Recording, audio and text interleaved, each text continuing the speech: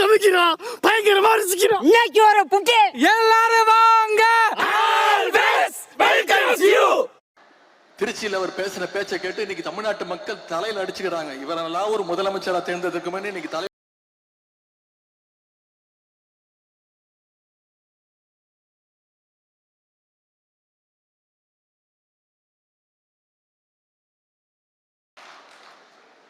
சொல்றாரு. அதுல கோவம் வருது அவருக்கு. கவர்ச்சியால தான் ஆட்சிக்கு வந்தீங்கன்னு என்ன பார்த்து சொல்றாங்க அப்படின்னு முதலமைச்சருக்கு, சிஎம் சாருக்கு கோவம் வருது. இந்த கவர்ச்சியில மயங்கி மக்கள் நமக்கு ஓட்டு போட்டுட்டாங்களா? நான் என்ன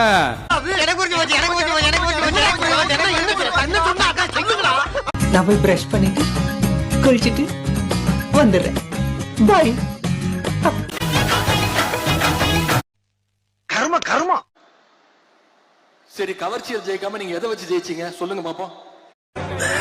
சோலி முடிச்சு ஏதாவது ஒரு 2 காரணம் சொல்லுங்க பாப்போம். கட்சி ஆரம்பிச்ச 2 வருஷம் தான் ஆகுது. மாநில உரிமைகளுக்காக என்னைக்காவது குரல் கொடுத்திருக்கீங்களா? ஒன்றிய பாஜக அரசு ஏதாவது குரல் கொடுத்திருக்கீங்களா?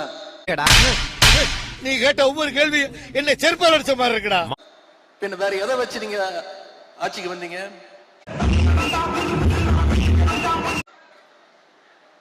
ஏதாவது ஒரு போராட்டம் பண்ணிருக்கீங்களா?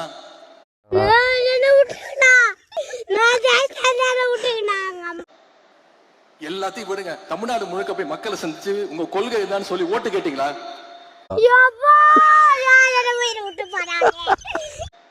உங்க வேட்பாளர் பேர் உங்களுக்கு தெரியுமா? எதுவுமே தெரியாது. நான் இவ்ளோ நேரமா சொல்லிட்டு இருந்த வினோதமான கேஸ் இவன் தான். Memory loss patient. இதைத்தான் எங்களுடைய தலைவர் அவர்கள் கவர்ச்சி அரசியல் எங்களுடைய தலைவர் அவர்கள் சொன்னாங்க. அது மட்டும் இன்னொன்னு சொல்றாரு, அவர் வாயில நல்லா வந்துருமா. ஓ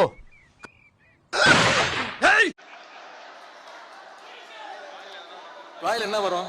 ஐயோ வேணாம், சும்மா சொல்லு, அசிங்கமா இருக்கும். தமிழ்நாட்டு மக்கள் வாயில நிறைய வரும்.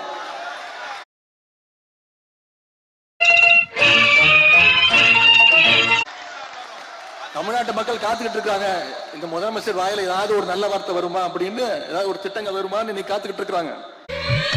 ஐயோ, அங்க பார்த்துட்டு அப்படியே நம்மள பாக்குறாங்களே. கிரியாளா உடம்ப இரும்பாக்கிக்கடா, அடமலா ஆரம்பிச்சு வெளுத்து வாங்க போ.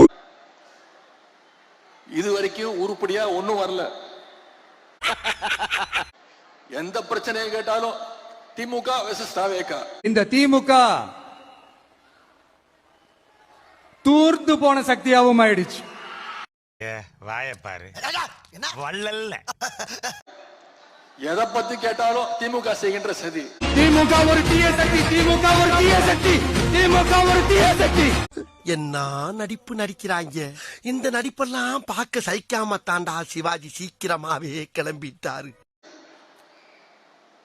இப்படிப்பட்ட ஒரு முதலமைச்சரை இன்னைக்கு தமிழ்நாட்டு மக்கள் தேர்ந்தெடுத்துட்டாங்க. அந்த முடிவை நம்ம ஏத்துக்கிட்டு தான் ஆகணும். நம்மளுக்கு மானவசியமே கிடையாதுல்ல. அழகு போச்சுலனே இங்க வர.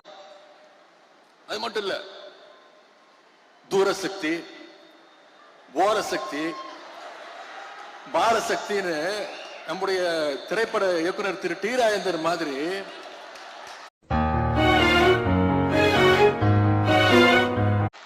ரைமிங்கா டயலாக் பேசுறாரு. தீந்து போன சக்தி தூர்ந்து போன சக்தியாவும் ஆயிடுச்சு. இன்னைக்கு உங்க கூட ஒட்டிக்கிட்டு இருக்குது காங்கிரஸ் கட்சி. Bye bye, tata, good bye. என்னைக்கும் மக்களை விட்டு தூரமா பயந்து பார்த்து யாருக்கும் பயந்து ஓடுற கூட்டம் கிடையாது.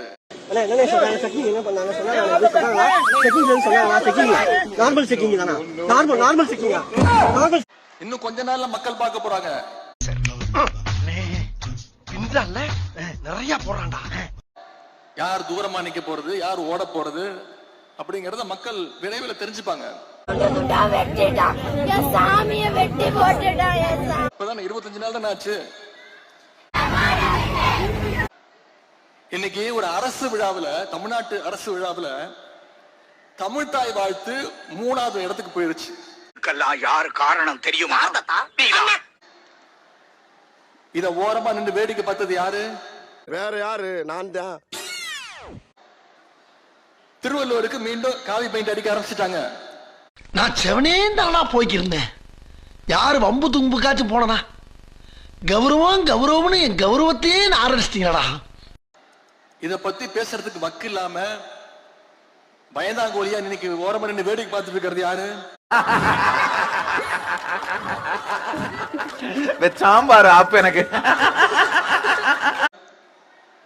இன்னைக்கு கர்நாடகா முதலமைச்சர் திரு டி.கே. சிவகுமார் அவர்கள் சொல்றாரு, மேகதாது அணையை கட்டுவோம் அப்படின்னு சொல்லும் போது அதை பத்தி எதிர்த்து குரல் கொடுக்க கூடாத ஒரு வக்கு இல்லாத ஆட்சி இன்னைக்கு யார் நின்று வேடிக்கை பார்த்துட்டு இருக்கிறது?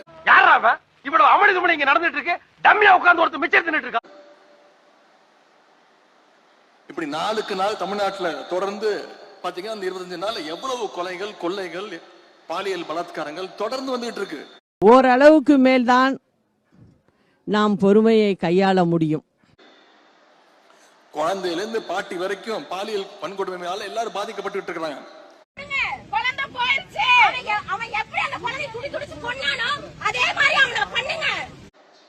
இத பத்தி எல்லாம் பேசினா முதலமைச்சர்களுக்கு கோபம் வருது. என்ன தெரியுமா சொல்றாரு? 6 மாசம் சும்மா இருப்பேன்னு சொன்னீங்களே. அட உத்தமனே, பண்றதெல்லாம் அயோக்கியதனம், காம கொடுமை பேசுறது. இங்க பேரு உத்தமே அப்படின்னு அழுகுறாருங்க. 6 மாசம் சும்மா இருப்பேன்னு சொன்னீங்கல்ல,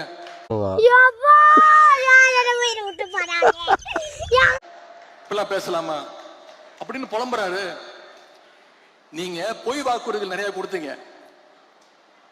அப்பவே சொன்னோம் இதெல்லாம் நிறைவேற்ற முடியாதுன்னு. நான் என்னவெல்லாம் வாக்குறுதி கொடுக்க முடியும்? இப்ப கொடுக்கிறேன் பார், ஒவ்வொரு வீட்டுக்கும் ஒரு ஹெலிகாப்டர் கொடுக்கிறேன். நான் சொல்லும் போது சிரிப்பு வருது.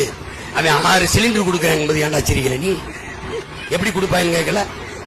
எவ்வளவு பொய் வாக்குறுதிகள். ஒன்லி பாடி லாங்குவேஜ் தான்ப்பா, உள்ள ஒண்ணு கிடையாது. நான் சட்டசபையில பேசினேன், நிச்சயம் உங்களால நீங்க கொடுத்திருக்க கூடிய வாக்குறுதிகளை நிறைவேற்ற முடியாது. அதைத்தாண்டா சொல்ல வரேன். நீ கராத்த மாசம் நினைச்சு எல்லாரும் கூப்பிட்டு இருக்காங்க. ஆனா நீ புரட்டா மாசம் இருக்கிறது எனக்கு ஒருத்தருக்கு அவகாசம் எடுத்துக்கோங்க. ஆனா தமிழ்நாட்டு மக்களை ரொம்ப நாள் ஏமாத்தாதீங்க. பூரணி சூப்பர் 6 திட்டம். இத்திட்டத்தின்படி ஒவ்வொரு குடும்பத்திற்கும் வருடத்திற்கு 6 கேஸ் சிலிண்டர்கள் கட்டணமின்றி வழங்கப்படும். நம் தங்கைகளின் திருமணத்திற்காக 8 கிராம், அதாவது 1 பவுன் தங்கமும் தரமான பட்டு சேலையும் தாய் வீட்டில் இருந்து அண்ணன் சீராக அளிக்கப்படும். அப்படின்னு சொன்னீங்களே. தாய்மாமன் தங்க மோதிரம் திட்டம். தமிழ்நாட்டில் பிறக்கும் ஒவ்வொரு குழந்தைக்கும் அரசாங்கத்தின் ஆசீர்வாதமாக ஒரு தங்க மோதிரம் வழங்கப்படும். கேட்டுக்க. இனி 60 வயது வரை உள்ள அனைத்து குடும்ப தலைவிகளுக்கும் மாதம் 2500 ரூபாய் வழங்கப்படும். நீ ஒரு டுபாக்கூரு, உன்னை நம்பாதேன்னு இவங்கிட்ட எத்தனை தடவை சொன்ன?